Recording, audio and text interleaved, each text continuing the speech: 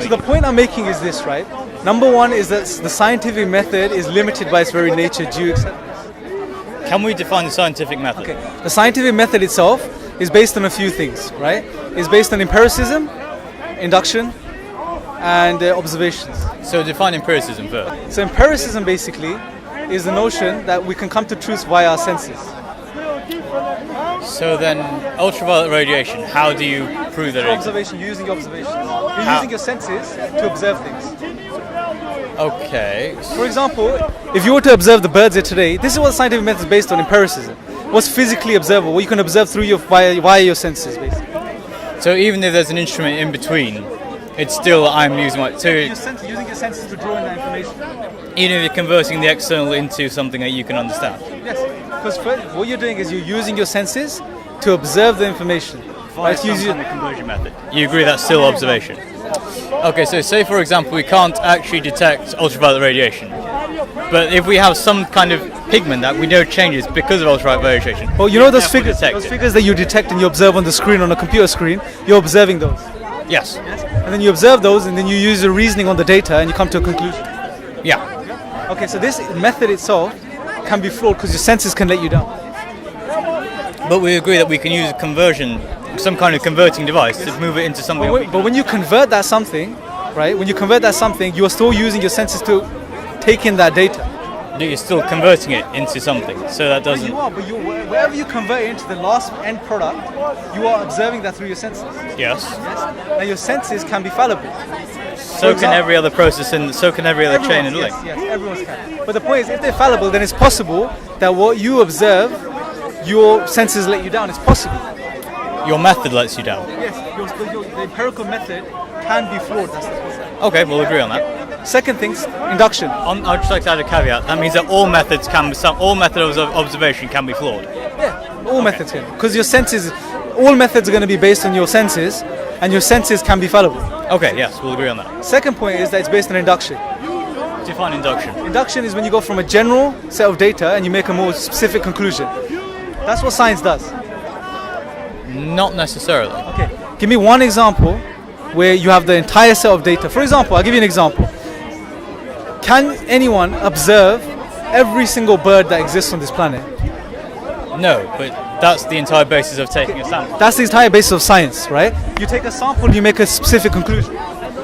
You take a sample to prove or disprove your theory. Yes, but you make a specific conclusion based on the sample. Yeah. That's induction. You're going from a general sample to a specific conclusion.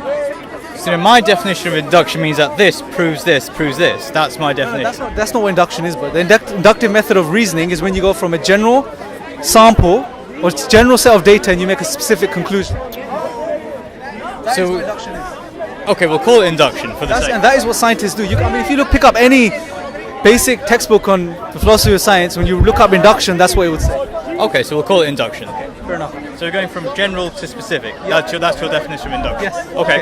So that in itself, there's room for error if that's the case.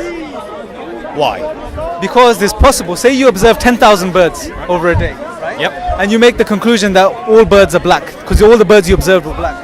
Okay. No, because you're only making that statement based on the fact that your sample is representative, right? Yes, but this is what scientists do.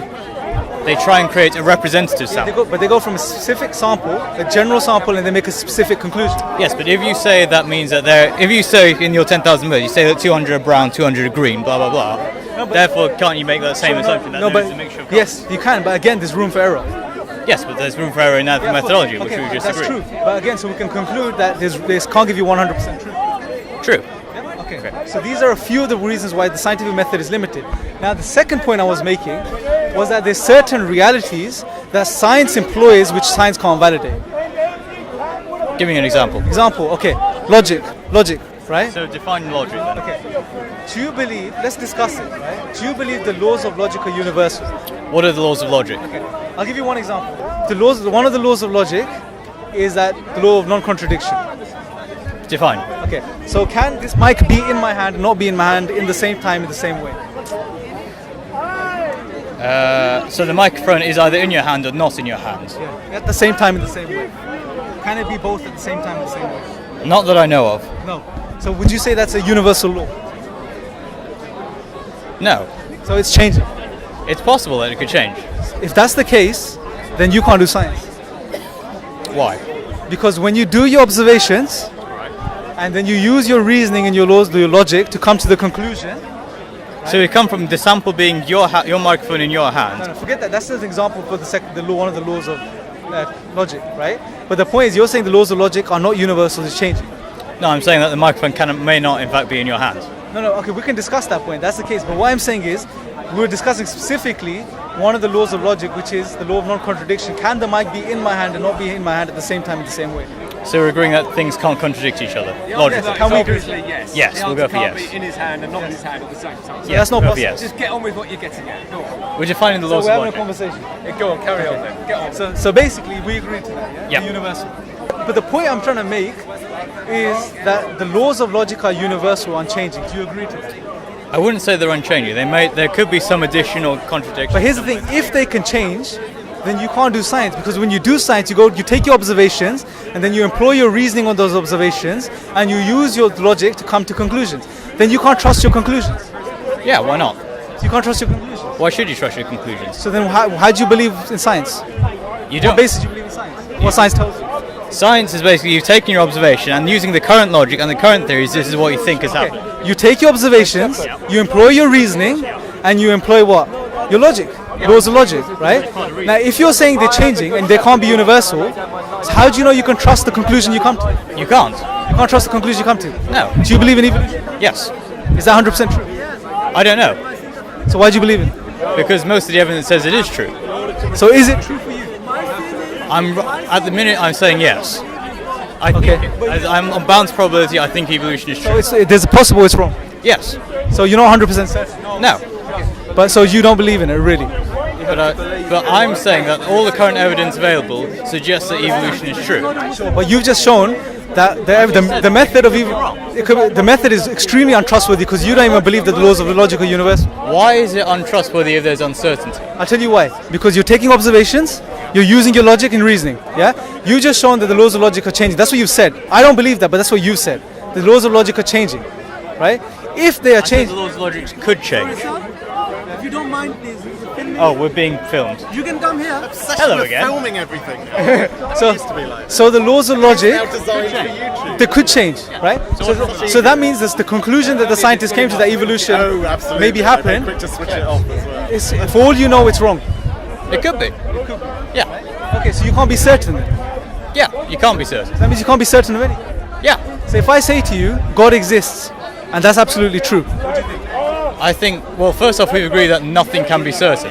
No, that's what you agree. I don't agree with that. I think nothing can be So my statement, God exists, is that true or false? Well, the first question is, who is your God? One second, we'll address Let's just that go once for we address God that. in general. Allah We'll doesn't determine exist. this after, sir. Yahweh So exists. it's extremely disrespectful for Everyone's got jumping to a different gods. conclusion. Loads of people with So different it's gods. extremely disrespectful for jumping to a The conclusion. first question is, does God exist? Which God are you talking about? We're going for Yeah, a but generic tend to but jump the- in. the whole kind the of whole argument. the whole point of a What are you discussion is to talking come about reach a certain What is the destination. nature of that Okay. God? Anyway, back to the point.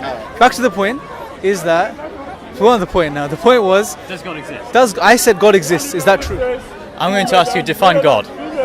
God, I'll define him for you. But what do you think of my statement? You say that God exists. My first instinct is to question, what makes you say that? Where is your current logic and proof? But here's the thing: you've just shown the laws of logic can change, so you can't rely on them. Yeah, but it can be. It could. There is. I'm saying that when I can't believe in something exactly, right? Did you say the laws of logic can change? Yes. Okay. Did you say that they're not universal? Yes. Do you believe that they are part of figment of the mind? Sorry. They're a development of the mind. Yeah. So they're subjective. Yeah. So you can't trust them. Why not? So how? Okay. No. Okay. Here's the thing. I know the laws of logic are universal, unchanging, and valid. That's what I claim, and I believe that's because God is the only inference, the best explanation for them to be this way. In the absence of God, you can't claim them, and as you're doing, you're not claiming them to be universal. But then we go back to the beginning when you said that. But that's irrelevant. The point is you're saying that they're changing. Yeah. You're saying they're not trustworthy. No. So you can't do science. I can't. No, I can't. Why can't you not trust the current logic? I'm saying there should always be an option that the current logic could be wrong.